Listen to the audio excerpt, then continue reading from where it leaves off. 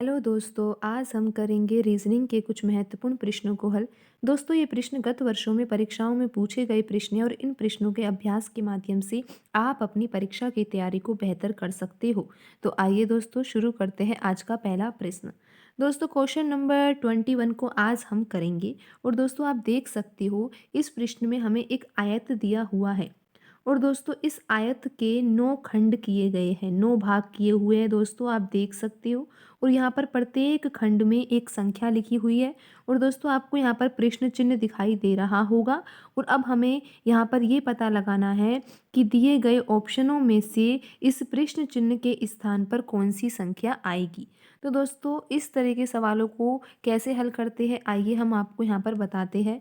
दोस्तों, आप यहाँ पर देख सकते हो कि इस जो सवाल है इसमें 3 पंक्तियाँ हैं। पहली पंक्ति ये, दूसरी ये और तीसरी ये।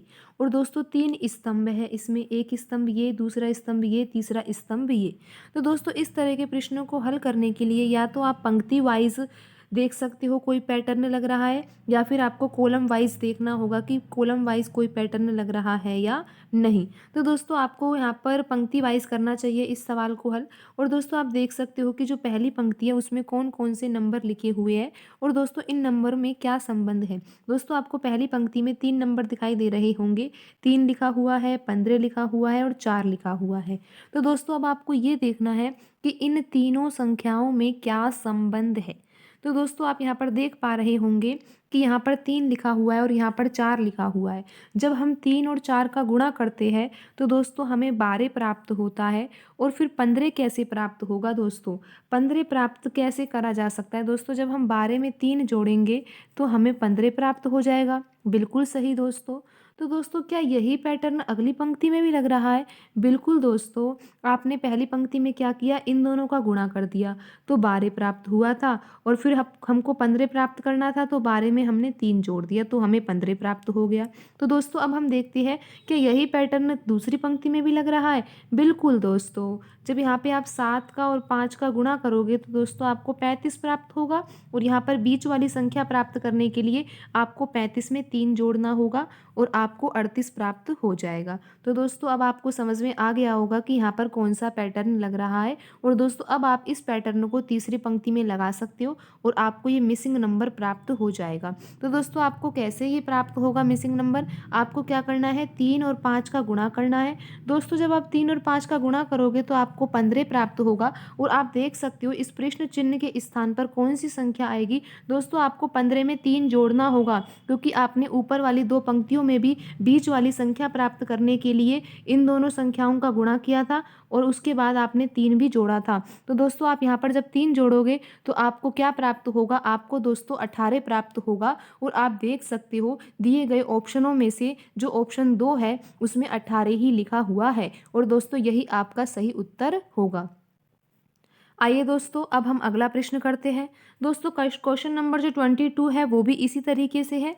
और आपको यहाँ पर ये देखना है कि यहाँ पर जो ये मिसिंग नंबर है इस किस स्थान पर कौन सी संख्या आएगी। तो दोस्तों, आपको या तो पंक्ति वाइज हल करना होगा या कॉलम वाइज हल करना होगा। तो दोस्तों, इस प्रश्न को भी हम पंक्ति वाइज ही हल करेंगे। तो दोस्तों, हमें ये देखना होगा, कई सवाल ऐसे होते हैं जो पंक्ति वाइज हल नहीं होते हैं तो फिर हम उसमें कॉलम वाइज भी देखते हैं। तो दोस्तों, ये सवाल जो है वो पंक्ति वाइज हल हो रहा है। दोस्तों, आप यहाँ पर देख सकते हो कि यहाँ पर 1 लिखा हुआ है, 6 लिखा हुआ है और 7 लिखा हुआ है। और दोस्तों, अब आपको ये देखना है कि इन तीनों संख्याओं में कैसा संबंध है। तो दोस्तों, आप यहाँ पर देख पा रहे हो कि अगर हम 1 में 6 जोड़ देते हैं तो हमें 7 प्राप्त हो रहा है। बिल्कुल आसानी से प्राप्त हो रहा है दोस्तों। लेकिन दोस्तों, जब आप यहाँ पर दूसरे वाली पंक्ति में 2 और 5 को जोड़ते हो तो क्या आपका आंसर 9 आता है? नहीं दोस्तों, 2 और 5 को जोड़ने पर तो 7 प्राप्त होगा। तो दोस्तों, ये तरीका यहाँ पर नहीं लगाया जाएगा। तो दोस्तों, इस तरह के प्रश्नों को हल करने का आप विशेष ध्यान ये रखें कि आप क्या करते हो, जल्दबाजी में आप पहली पंक्ति में जो पैटर्न लगाते हो आपको समझ में आ जाता है कि जैसे यहाँ पर समझ में आ गया होगा कि 1 और 6 को जोड़ने पर 7 प्राप्त हो रहा है। लेकिन दोस्तों, जल्दबाजी में हम क्या करते हैं, 3 और 4 को भी जोड़ देते हैं और हमें 7 प्राप्त हो जाता है। और दोस्तों, यहाँ पर तो ऑप्शन में 7 नहीं लिखा हुआ है, लेकिन कई बार परीक्षा में ऑप्शन भी इस तरीके से बनाए जाते हैं कि आपका आंसर इस तरीके से 7 मिल जाता है और फिर आप तुरंत उस पर टिक कर देते हो। लेकिन दोस्तों आपको ऐसा नहीं करना है। ऐसे प्रश्नों को हल करने का तरीका ये होता है दोस्तों,